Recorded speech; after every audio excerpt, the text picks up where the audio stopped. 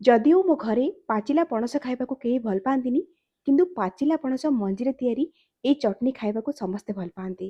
ସେ ଗରମ ଭାତରେ ହଉ ବା ପଖାଳ ଭାତରେ ହଉ, ଭାରି ବଢ଼ିଆ ଲାଗିବ ଖାଇବା ପାଇଁ, ଟ୍ରାଏ ନିଶ୍ଚୟ କରିବେ। ଏଇଠି ମୁଁ ପାଖାପାଖି 250 ଗ୍ରାମର ପଣସ ମଞ୍ଜି ନେଇଛି, ଆପଣମାନେ ନିଜ ହିସାବରେ କମ ଅଧିକା କରିବେ।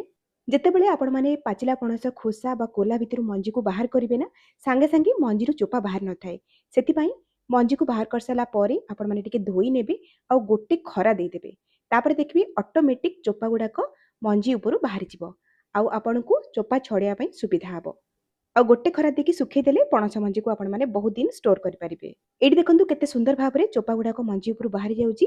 ଏଇଭଳି ଭାବରେ ଆମେ ସବୁ ଚୋପାକୁ ବାହାର କରିନେବା ଆଉ ତାପରେ ମଞ୍ଜିକୁ ଆମେ ଧୋଇ ନେବା ଆଉ ପ୍ରେସର କୁକରରେ ଦେଇଦେବା ଆଉ ସେଥିରେ ପାଖାପାଖି ଗୋଟେ ଛୋଟ ଗ୍ଲାସ୍ ଦେବା ପାଣି। ପାଣି ବେଶୀ ଦେବେନି, ପାଣି ଏମିତି ଦେବେ ଯେମିତିକି ପଣସ ମଞ୍ଜି ସିଝିଯିବ ଆଉ ସିଝିଲା ପରେ ଏକ୍ସଟ୍ରା ପାଣି ବଳି ପଡ଼ିବନି, ସେଇ ପାଣି ସେଥିରେ ଶୁଖିଯିବ। ଆଉ ଏଥିରେ ଆମେ ଅଧା ଚାମଚ ଲୁଣ ଦେଇଦେବା ଆଉ ଲିଡ୍କୁ କଭର କରିକି ମିଡ଼ିୟମ୍ ଟୁ ହାଇ ଫ୍ଲେମ୍ରେ 3ରୁ 4ଟା ହୁଇସିଲ୍ ଲଗାଇବା। 3ରୁ 4ଟା ହୁଇସିଲ୍ ଆସିଗଲା ପରେ କୁକରକୁ ଥଣ୍ଡା କରିବା।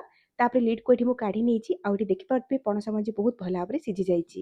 ଆଉ ପାଣି ଦେଖନ୍ତୁ ଯେତିକି ମୁଁ ଦେଇଥିଲି ପୁରା ପରଫେକ୍ଟ ଅଛି, କିଛି ବି ଏକ୍ସଟ୍ରା ପାଣି ବଳି ପଡ଼ିନି। ଯଦି ପାଣି ଟିକେ ବଳି ଯାଇଥିବ ଆପଣମାନେ ପୁଣି ଥରେ ଫ୍ଲେମ୍ ଅନ୍ କରିକି ପାଣିକୁ ଶୁଖେଇ ନେବେ।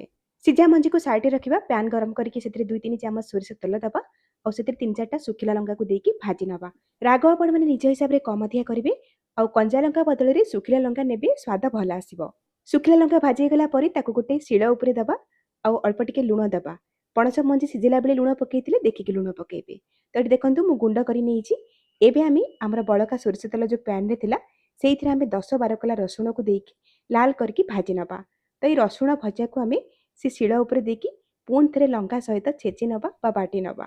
ଏସବୁକୁ ହେମଦସ୍ତା ବା ଶିଳ ଉପରେ ନ ବାଟିକି ନ ଛେଚିକି ଆପଣ ଚାହିଁଲେ ଥାଳି ଉପରେ ଏସବୁକୁ ହାତରେ ଚକଟି ପାରିବେ।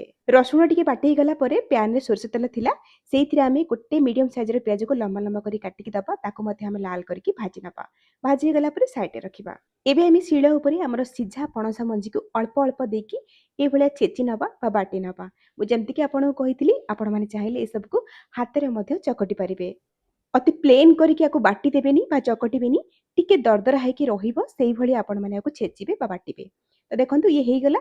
ଏବେ ଆମେ ଭଜା ପିଆଜକୁ ଏଥିରେ ଦେଇଦେବା, ତା ସହିତ କିଛି କଟା ଧନିଆ ପତ୍ର ଆଉ ଗୋଟେ ଛୋଟ ଚାମଚ କଞ୍ଚା ସୋରିଷ ତେଲ ପକେଇବା ଆଉ ଗୋଳେଇ ନେବା। ଏଇଠି ଆମର ପଣସ ମଞ୍ଜି ଚଟଣି ବା ଭର୍ତ୍ତା ତିଆରି ହେଇଗଲା। ଆପଣମାନେ ପଣସ ମଞ୍ଜି ସରିବା ଆଗରୁ ଏଇ ରେସିପିକି ଟ୍ରାଏ କରନ୍ତୁ, ଆପଣଙ୍କୁ ବହୁତ ପସନ୍ଦ ଆସିବ।